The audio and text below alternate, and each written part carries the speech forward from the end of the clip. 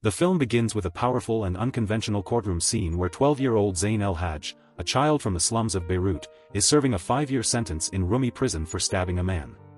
The media presence outside depicts the gravity of the situation. Neither Zain nor his parents know his exact birth date, as they never obtained a birth certificate. Zain, with the help of his lawyer, Nadine al-Alam, seeks justice against his mother, Swad, and his father, Salim. This bold and unconventional lawsuit sets the tone for the entire film, raising the question of parental responsibility in a world filled with suffering. When asked by the judge why he wants to sue his parents, Zain answers, "Because I was born, or, more precisely, because you had me." Meanwhile, Lebanese authorities are processing a group of migrant workers, including a young Ethiopian woman named Tigist. The story flashes back to months before Zain's arrest. Zain lives with his parents and takes care of at least 7 younger siblings who make money in various schemes instead of going to school. He uses forged prescriptions to purchase tramadol pills from multiple pharmacies, which they crush into powder and soak them into clothes, which his brother sells to drug addicts inside prison. Zain also works as a delivery boy for Assad, the family's landlord, and the owner of a local market stall. Assad frequently asks him about his sister, Sahar, and gives him stuff to deliver it to her, but he throws them away and never gives it to his sister to protect her from Assad. Back home, we see the family's living conditions are deplorable. The apartment is small, filthy, and cluttered, with barely enough space for the children to sleep, let alone thrive. The parents, Swad and Salim, are overwhelmed by their circumstances.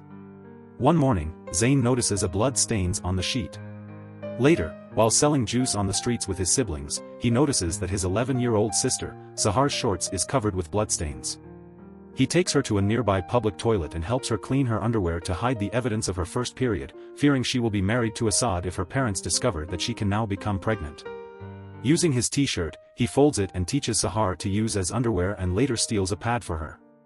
Sahar is the one person Zain seems to truly care about. Zain's protectiveness over Sahar is evident in the way he looks out for her, ensuring she is safe from the harsh realities of their world. He tries to shield her from the ugliness that surrounds them, but even he cannot protect her from everything, which is later revealed and the turning point of Zain's life. At supper time, Zain proposes attending school in the mornings and working extra hours for Assad in the afternoons. But his father opposes the idea, fearing that Assad would become angry and evict them from their home. However, his suspicions are proven correct as her parents marry off Sahar to Assad in exchange for 2 chickens. Zain's attempts to save Sahar from this fate are futile, and she is married off against her will. This event is a critical turning point in the film, as it triggers Zain's ultimate rebellion against his parents. Zain continues to take on various jobs to support his family, enduring the tough conditions, while secretly planning to escape with Sahar to start a new life. One day, Zain packs some clothes and tells Sahar to be ready when he returns. He first stops by a local store, pretending to take out the trash, and grabs some food. He also checks the bus fare to Kola, convincing the driver to charge for only 1 ticket if the sister can sit on Zain's lap.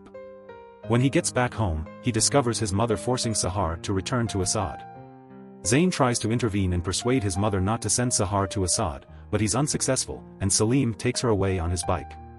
Devastated by the loss of the only person he truly cared for, Zain becomes enraged and starts kicking the walls. Swad seeks to punish him, so he runs away. The scene then moves to the present, where Salim tells the court that he cared deeply for his daughter and supported her marriage, hoping she would have escaped poverty for a better life, with food to eat, bed to sleep, clothes to wear, water to take shower. He never meant for things to end up this way. The stage is set for the rest of the film, which will delve even deeper into the challenges Zain faces and the resilience he shows in the face of overwhelming adversity. Furious at his parents, Zain runs away and catches a bus, where he meets an elderly man dressed in a knockoff Spider-Man costume who calls himself Cockroach Man. Cockroach Man gets off the bus at the Luna Park in Ras Beirut and Zain follows him, spending the rest of the day at the park. As Zain navigates the streets of Beirut, the loss of Sahar haunts him. Her absence is a constant reminder of the brutality of the world he lives in. The bond he shared with Sahar, though tragically cut short, remains a driving force in Zain's life, influencing his decisions and fueling his anger towards the injustices he has suffered. Zain's first encounter with Tigist occurs when he is aimlessly wandering the streets, seeking shelter and food. He stumbles upon an amusement park where Tigist works, cleaning and doing other menial jobs to support herself and her son. Tigist, like Zain, is a victim of circumstances beyond her control.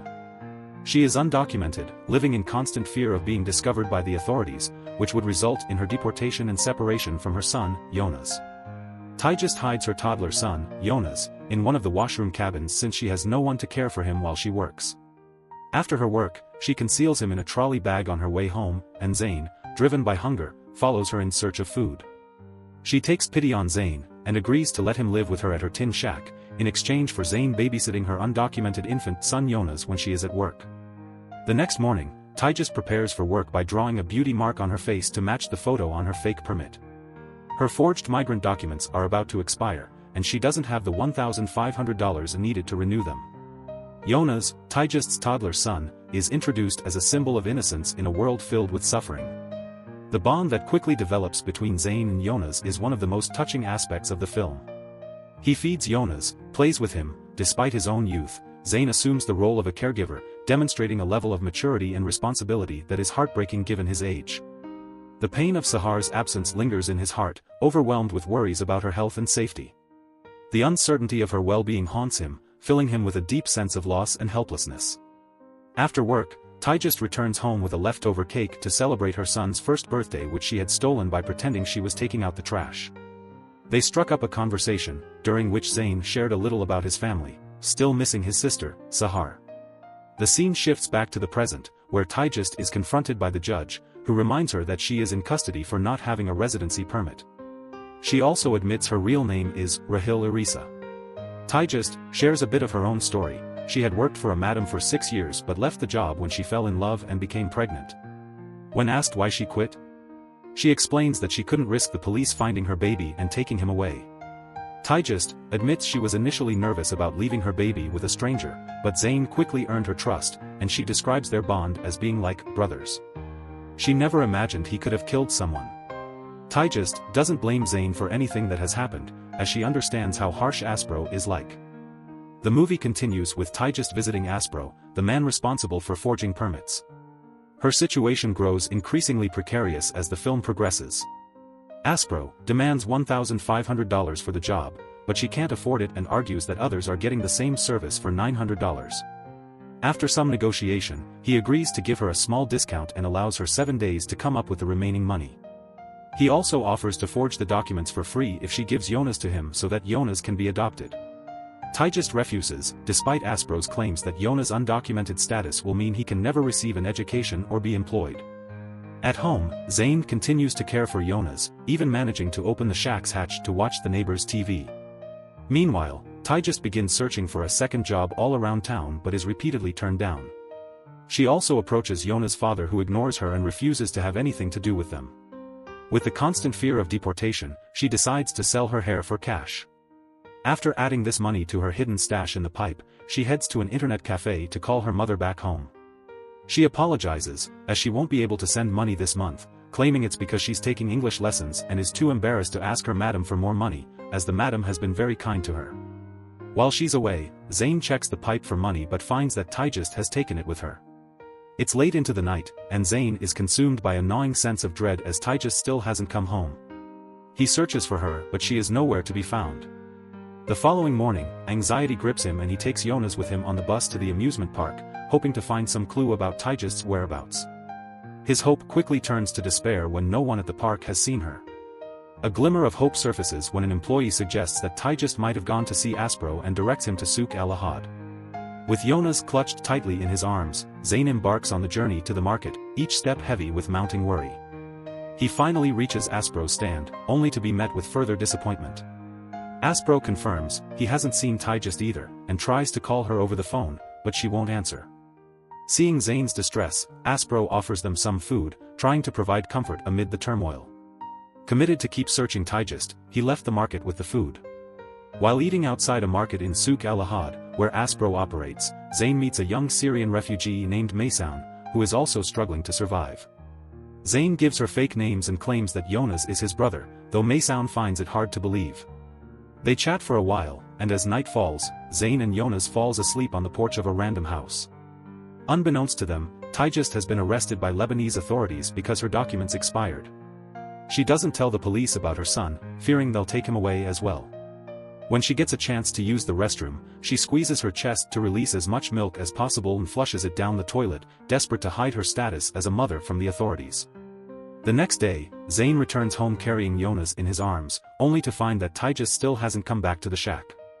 For Zain, Tigist's absence is both a practical and emotional crisis. He is now fully responsible for Jonas, with no adult to turn to for help. Using the last of his money, Zain buys some food and steals a milk bottle from his neighbor's child. Despite his efforts, he struggles to get Jonas to drink from it.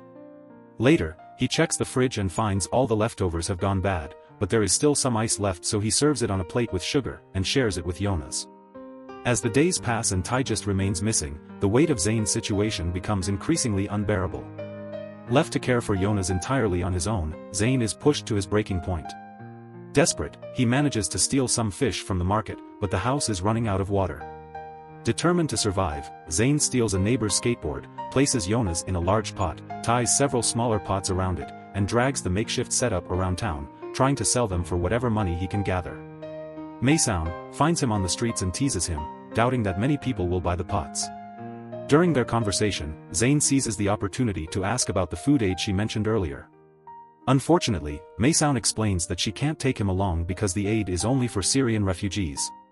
However, she shares a crucial piece of information: she's planning to leave for Sweden soon, and Aspro is helping her cross the border, though it will require money. So, Zain starts practicing a Syrian accent, and fabricates a story about losing his ration card while walking along the riverbank, hoping to get food from the refugee organization. This allows him to feed Jonas and change his diapers for the next few days. With the house running out of water, Zain decides to sell the water tank, reasoning that it's no longer useful. He takes it to Aspro, who agrees to buy it for good cash. After confirming that he can help them reach any country they want, including Sweden, as long as they pay. Aspro offers Zain $500 to buy the baby. Zain lies, saying that Tigist has returned and he needs to ask her first. Later, they head to a car wash and convince the employee to let them wash themselves and their clothes there. When they return home, Zain hangs the clothes to dry and is surprised to find some old fake prescriptions in his pant pockets. Without hesitation, he uses them to buy tramadol pills. Zain then fetches jars of water from the nearby river, crushes the pills, and mixes them with the water to sell in the market, just like he used to. As night falls, he goes into town and sells shots of the mixture for 100 each, which is well received by the residents. However, he sometimes encounters trouble when men refuse to pay, accusing him of using dirty river water. All the money he makes, he hides it in the pipe just like Tigist used to do. Just as things start to seem a bit more stable, Zain faces another setback. He returns home one day to find all their belongings thrown out of the shack and the door locked with a heavy chain. The neighbor informs him that the landlord locked the shack because the rent hasn't been paid. No matter how hard Zain tries to break the lock with a rock, it won't budge. This means all the money he had hidden in a pipe inside the shack is now lost to him. Zain's relentless struggle deeply affects him, leading to emotional and mental exhaustion. He becomes more withdrawn, with his eyes revealing the heavy burden he carries. Amid his despair, Zain contemplates returning home, though it feels like a bitter defeat. Despite this, his harsh reality leaves him with limited choices. He's exhausted, hungry, and scared, not just for himself but for Jonas, who has come to depend on him for everything. Zain's protective instincts drive him to consider the unthinkable, handing Jonas over to Aspro in exchange for being taken to Sweden, so they both might have a chance at a better life. Aspro finds a family for Jonas, and sends Zain to a friend who is a hairdresser to clean him up for a fake ID. He also instructs Zain to go home and retrieve any papers that could serve as proof of his identity, so Aspro can forge new ones.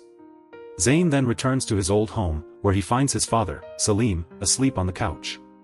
Ignoring him, Zain begins searching through the drawers but finds nothing with his name on it. Just then, his mother, Swad, arrives with his siblings. Her reaction to seeing Zain is a complex mix of surprise, relief, and underlying tension.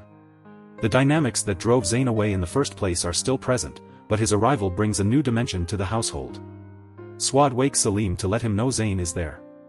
Salim is furious to see Zain, especially when he hears Zain's request for any document that could prove his identity. A heated argument ensues, with Salim showing him the only two official paperwork he has, an expulsion notice that could land him in jail and a hospital bill that breaks his heart. Enraged, Salim pushes Zain around the house, forcing him to leave without what he came for. During the scuffle, Zain realizes that his mother recently visited the hospital. When he starts asking who is in the hospital, their silence and tears reveal the devastating truth: his sister, Sahar, is dead and he knows exactly whom to blame.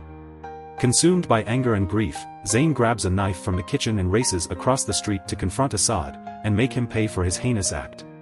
Despite Swad and Salim's desperate attempts to stop him, they fail to hold him back. Zain gets arrested, and after the doctor's examination, he's sent to Rumi prison where the cells are filled with criminal grown men and illegal immigrants. The scene then shifts back to the present as Assad, now in a wheelchair due to injuries sustained from Zain's attack, but still very much alive, takes the stand to testify. The judge is visibly taken aback upon realizing the shocking fact that the marriage of an 11-year-old girl was conducted with her parents' consent, and Assad getting her impregnant. In his defense, Assad explains to the judge that such practices have been prevalent in his society for years, and many grandmothers who gave birth at such a young age are still alive. He didn't realize anything was wrong until one day when Sahar started bleeding. He rushed her to a nearby hospital, but she was turned away due to lack of identification papers, and tragically died at the hospital's entrance. The scene then shifts back to a final flashback, where we see Zain and Taijist held in the same prison, though they are unaware of each other's presence.